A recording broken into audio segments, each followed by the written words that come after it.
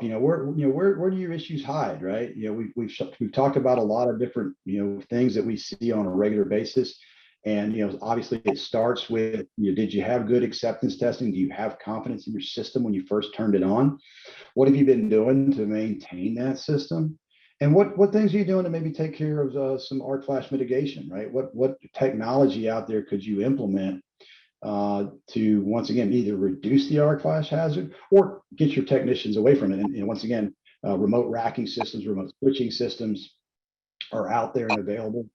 And then I guess finally, hey, what's the redundancy? And I got a picture of some spare breakers sitting here on the floor, and once again, I recognize that that's an AC Pro. I say it's an AC Pro, I could be wrong, but it's a more modern trip unit. But once again, they're sitting here on the floor with a trash bag kind of half over them. Are these ready to go into service? Are you sure? So once again, what kind of challenges or issues do you have, and how is that going to affect the safety and the reliability of your system?